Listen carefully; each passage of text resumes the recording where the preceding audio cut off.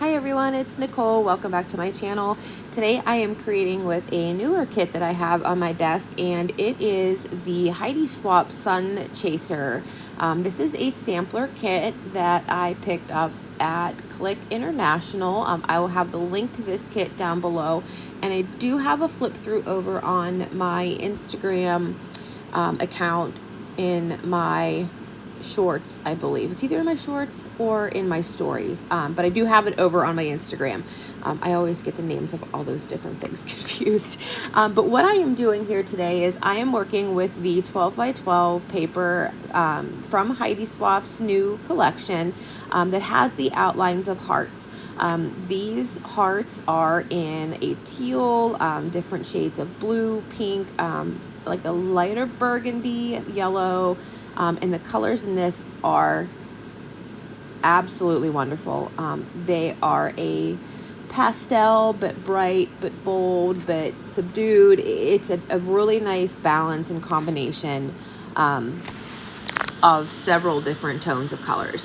What I am doing here is I am intentionally cutting my heart out so that I get the pink, the darker like burgundy pink, and then the 2 or 3 different colors of teal. And I am going to be documenting a photo of my husband and I from a luau party that we had went to, but the photo that I had printed was way too big for the frame of the center of the small heart, because I will eventually here place my photo in the middle of that smaller group of hearts. So it was just way too big for that. So I used my app on my phone, sized it down a bit, and it does work good. It does miss off a little bit, and there is a gap, but I fill it with embellishments anyway, so it doesn't really matter. I am showing if you're new to mixed media, I'm showing a very easy way to incorporate mixed media into your layout. If you don't have gesso, if you only have, like 1 or 2 colors of inks in your stock, this is a great way to get started with mixed media.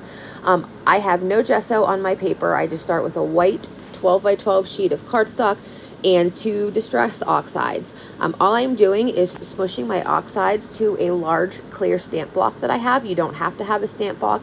You can use packaging from your products. You can use saran wrap. You can use parchment paper. There's a lot of things that wax paper that you can use. All I'm doing is smushing a little bit of that pad on there, spritzing it with water, and just pressing it right down onto the paper.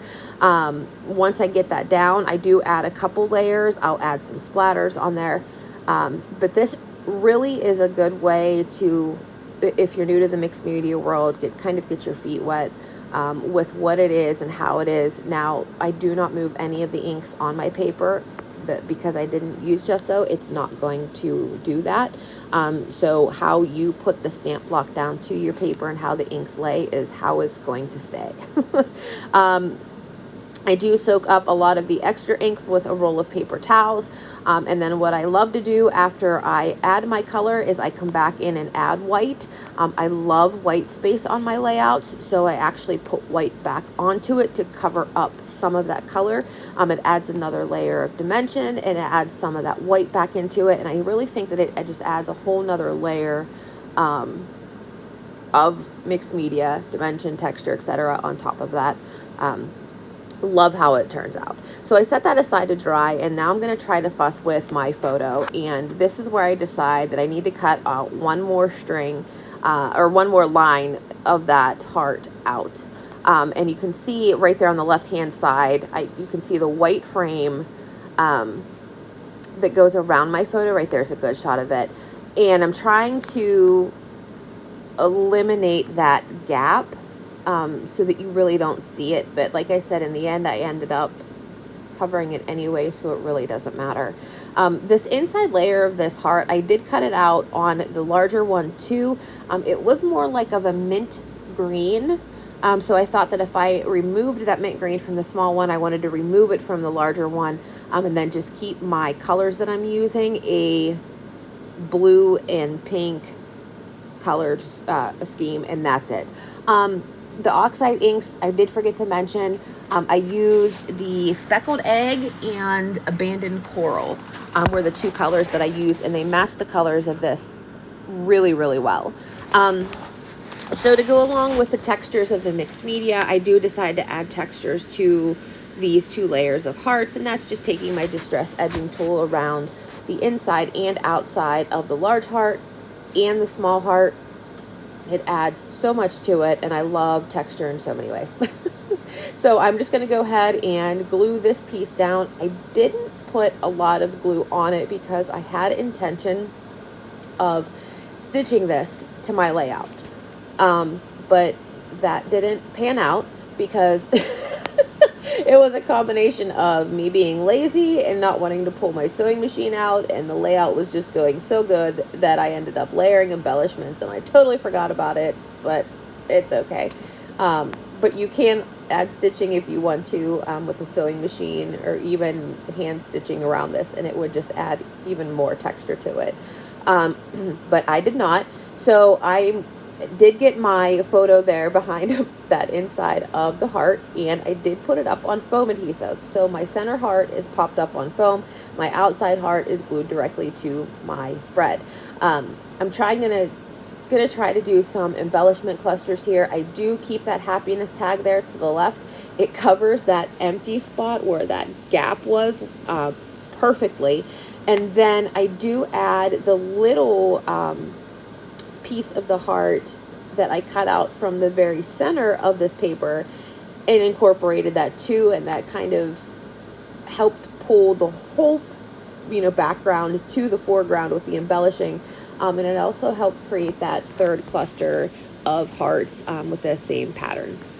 So I do decide to do something very wonky with my title. I choose the stickers from this puffy sticker pack that says "Life is Good," and I add it to the bottom right there of my heart, but I do it so that it follows the shape of the heart, and you guys, I absolutely love this. I was going to do it straight, and I thought, well, nothing else on this page is straight, so I do it straight. So I just embraced it, and I love, love, love it. So I do go ahead and put down my "Life is Good," and then I start gluing everything down. When you do mixed media, I feel like I say this almost in all of my mixed media videos, but use liquid glue, you guys. Tape adhesive is not going to stick in the long term. It will in the short term, but eventually it peels up unless you have some super strength tape that I don't know what it would be. But please use glue adhesive. It will work the best for you, and then you won't get as frustrated.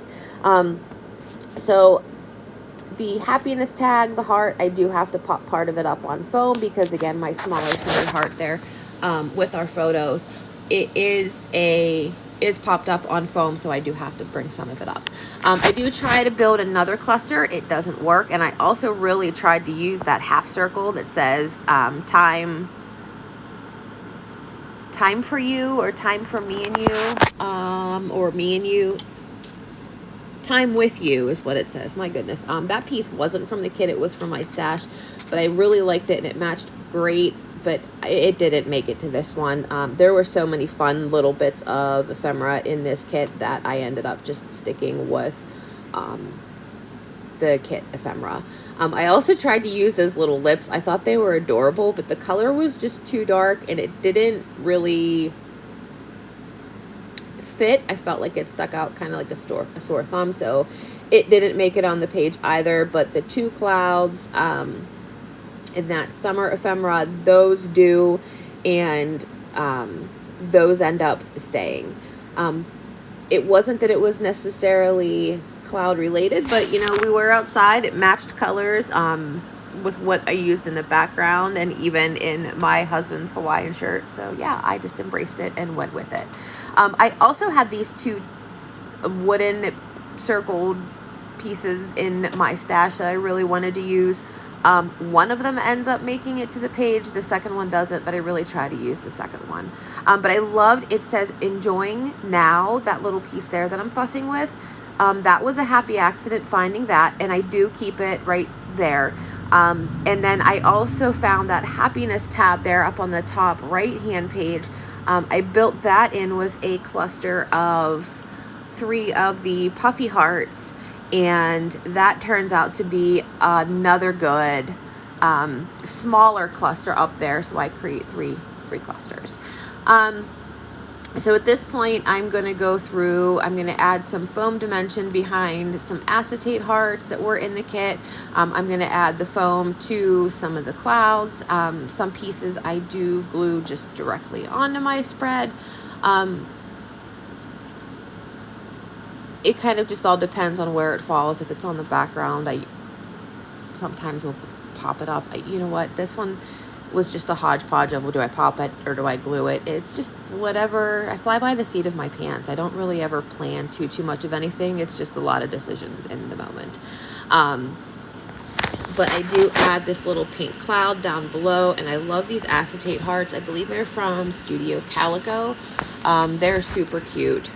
And at this point, I just kind of stepped back because I knew I was getting close to the end, and I didn't want to overdo it because I didn't want to take away from anything. But I know that I wanted to include that happiness tag, so I did glue that down in place, and then I tried to find a spot for this blue heart because I knew I wanted it there, but I didn't know how I wanted it there, and that's where it ends up being.